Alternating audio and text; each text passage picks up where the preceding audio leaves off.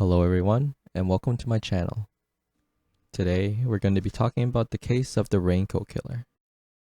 This is a story of a man whose actions were fueled by hate and revenge. Over the course of 10 long months, he committed crimes so insane he ultimately became one of the most infamous serial killers in South Korea.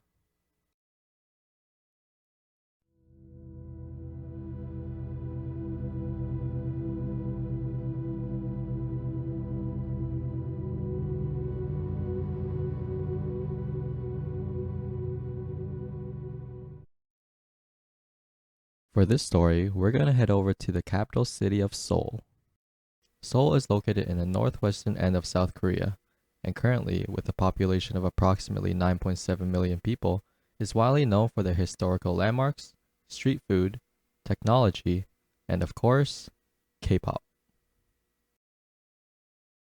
But for this story, we're going to go back to the year 2003, where out of the several million people living there at the time was a man named Yoo Young Chul.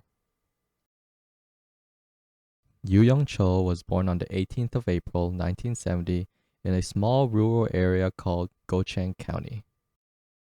Young Chul was expected to grow up in this small village surrounded by beautiful parks, festivals, and dolmen. Lots and lots of dolmen. However, that all changed when Young Chul was forced to move to Seoul with his father, after his parents decided to split up a couple years after he was born. Young Chul's parents were blue-collar workers, and throughout his childhood, his family were always struggling financially. Poverty was one of the reasons why he was always made fun of throughout elementary school. But despite all the bullying, Young Chul had an affinity for the arts, and at a young age was determined to pursue a future in that line of work. He enjoyed playing the guitar, sang, painted, and eventually went on to apply to a high school that specialized in the arts. However, he would ultimately be denied admission due to poor academic performance. Young Chul ended up attending a different high school, and it was during these years that his father would suddenly pass away due to complications from epilepsy. Young Chul moved in with his mother, and this is when he began getting himself into trouble and spending a lot of his time in juvenile detention. Now, Young Chul's parents never wanted a child, and Young Chul's mother would often express her regret for having one. Now, as a teenager, living with his mother, who is now constantly reminded that he is a mistake, he can only wonder how much of an impact that had on his mental state. Young Chul's criminal history began in 1988 when he was about the age of 18. Late at night, he broke into a neighbor's house looking for expensive items and ended up stealing a guitar and a Sony cassette player. Eventually, he was later caught and arrested for theft, but that didn't seem to stop him from doing it again. Now, in the next few years, he would be going in and out of jail, getting himself into trouble, and serving time in prison anywhere from a couple months to 2 years, committing crimes like theft, burglary, and identity theft. Young Chul was in no way a lonely person. He actually got married to his girlfriend in 1991, and in 3 years' time, they had a baby boy together. Now, this marriage didn't last long, as his wife started to become concerned by the amount of times her husband was getting into trouble, as she should have been. It wasn't until the year 2000 that she divorced him, after finding out that her husband was being charged for sexually assaulting a 15-year-old girl and was due to spend 3 years in prison. The divorce was filed and finalized while Young Chul was still serving his sentence, giving his wife full custody of their then 4-year-old son. Upon Young Chul's release from prison in 2003, he would then come home to neither his wife nor his son.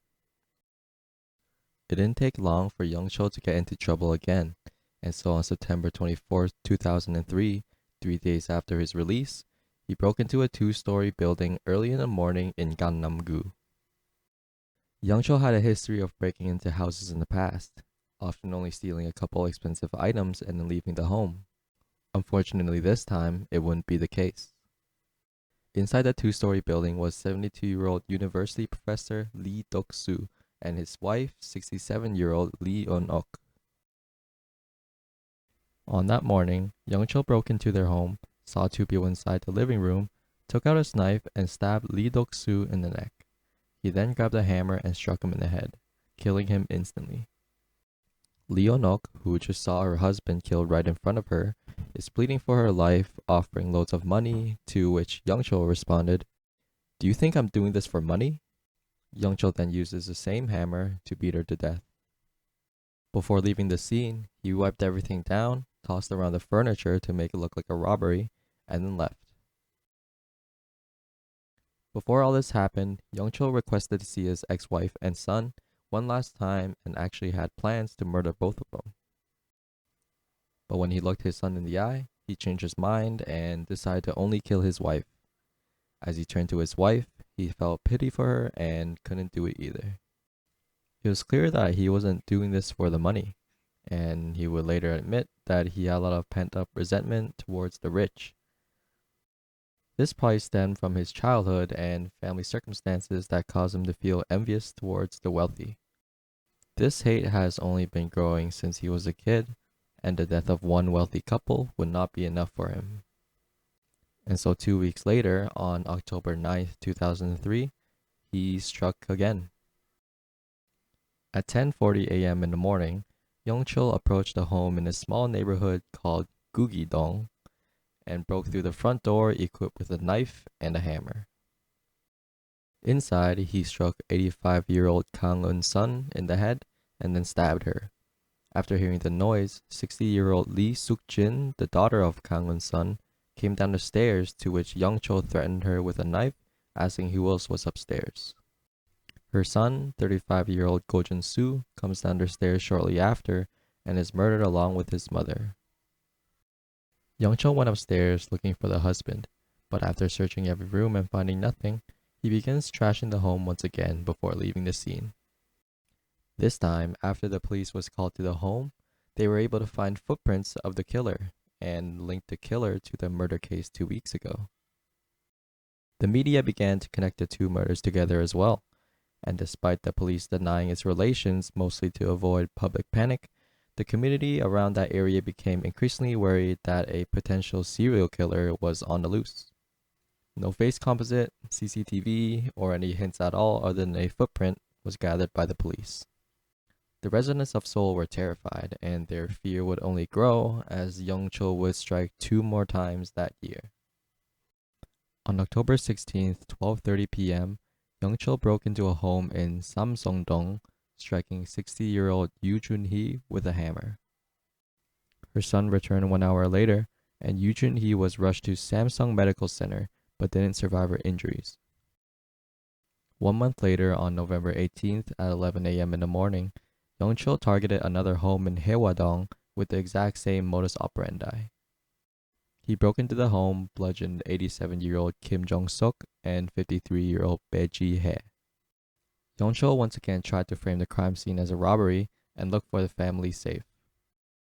However, he injured himself with a pair of shears while trying to do so and decided to burn down the house in order to hide any traces of blood that could be used to identify him. The police and firefighters were quick to arrive on the scene, and when asking nearby for CCTV footage, they saw this. They caught the back of the perpetrator on the same day, casually walking down the street wearing a sweater they believed to be from the victim's closet that he used to hide the bloodstains on his clothes. From the CCTV footage, they were able to estimate his height to be approximately 168 centimeters. Young Chul laid low for a while and stopped his crimes against the rich. The police put out a wanted list after his image was caught on CCTV, and he was worried that the police would be closing in.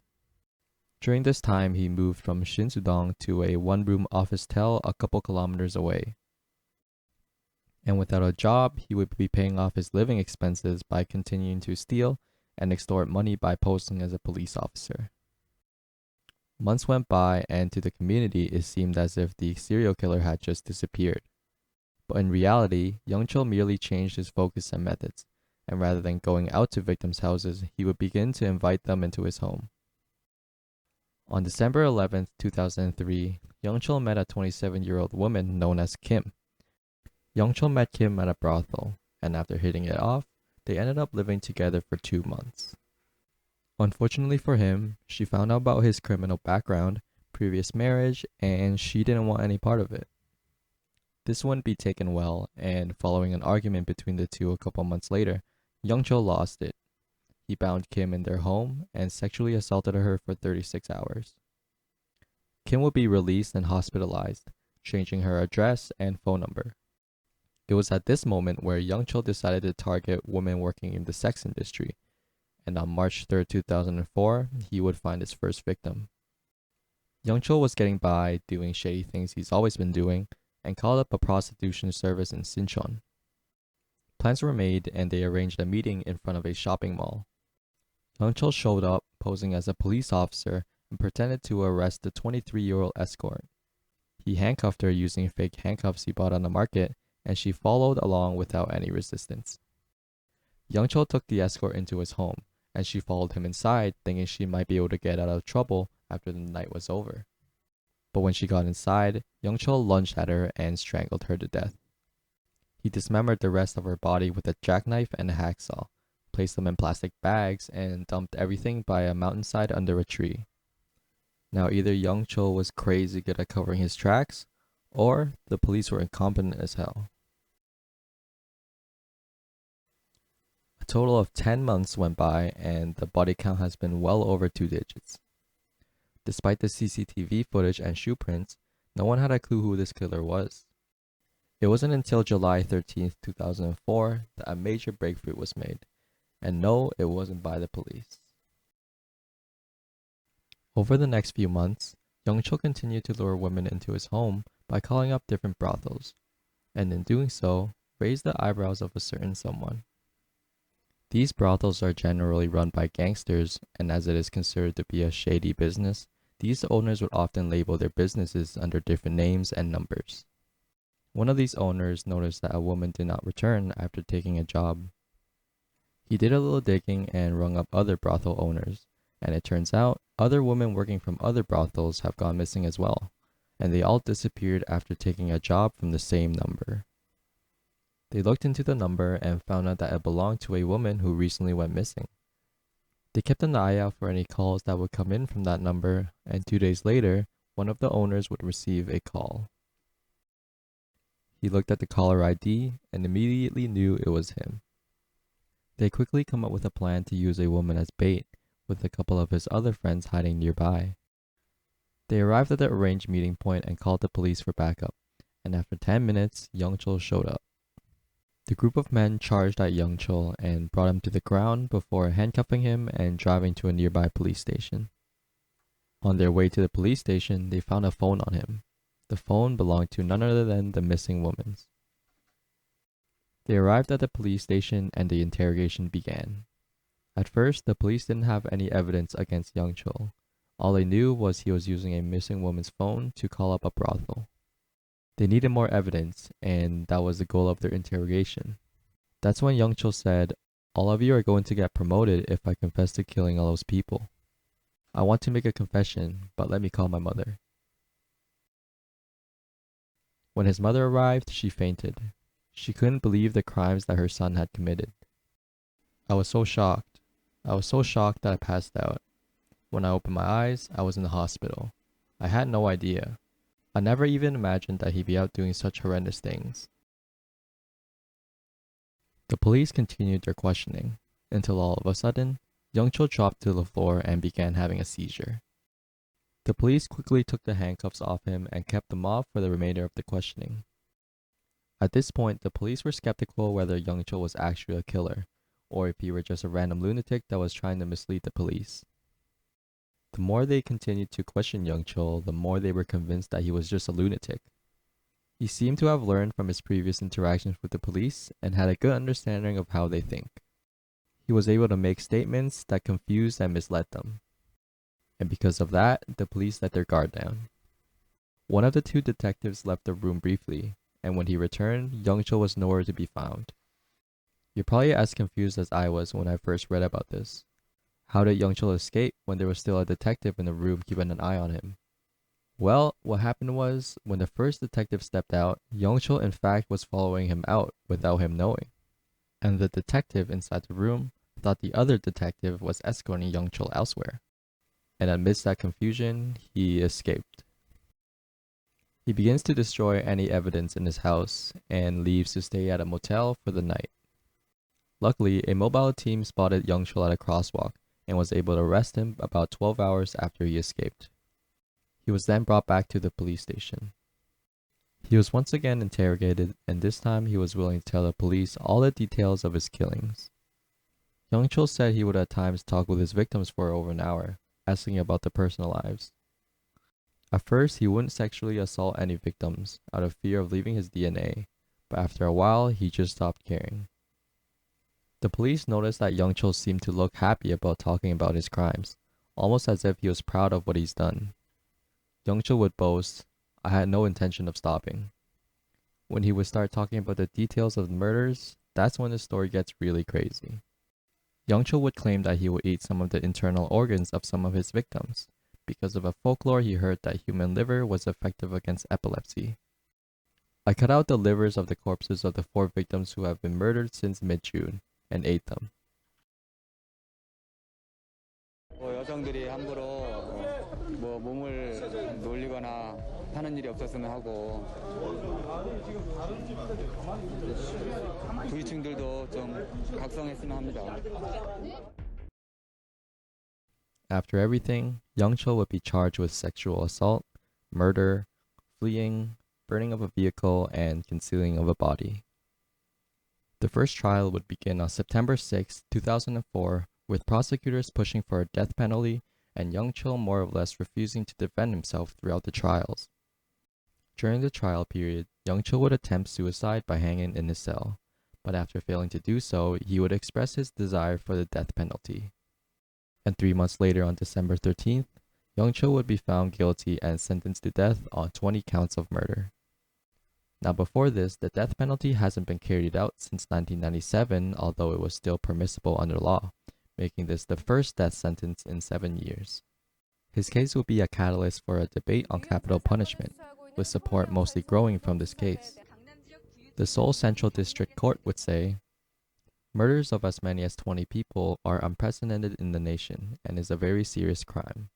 The death penalty is inevitable for you, in the light of the enormous pain inflicted on the families concerned and the entire society." Young Chul would be then moved to Seoul Detention Center, where he is being held to this day awaiting his death. The police got a lot of backlash. The people of Seoul trusted their police force to catch the killer long before his arrest date. And when he was finally caught, it would be to the credit of these brothel owners. They were the ones who set up the sting operation to figure out who was the man using the missing woman's phone. For the families of many of the victims, they were later compensated by the government of up to 10 million won for essentially failing to catch a killer sooner. 이번 사건과 관련 경찰에서 초기 단계에 적절하게 대처하지 못해 많은 희생자가 발생한 점에 대하여 국민 여러분께 죄송스럽게 생각합니다. You start to wonder how much of the blame you really can put on the police. Maybe they truly didn't have any clues to go off of. During the sting operation, Young Chul actually sent a girl back, claiming that the woman was too tall for him, likely because he preferred women with a smaller build, as it would be easier to overpower them and dispose of. That only goes to show how meticulous he was when committing his crimes. Nevertheless, Young Chul was finally locked up, and the community felt a weight lifted off their shoulders. Also, if you're wondering where the nickname Raincoat Killer originated from, he was given that name because he often wore a raincoat while committing his crimes, and he also wore one during his arrest. If you want to learn more about this story, there's a documentary out there called The Raincoat Killer: Chasing a Predator in Korea, which covers this exact case. I want to thank each and every one of you who made it this far in the video, and I really do appreciate it. Leave a comment below of what you think of this case, whether you think the police were at fault here, or if forensic technology was just not developed well enough back then, or maybe Young Chul was just truly a criminal genius. If you're interested in these types of videos and want to support me, please consider clicking the subscribe button below. And if you like this video, please hit the like button. Thanks again for watching, and I'll see you in the next one.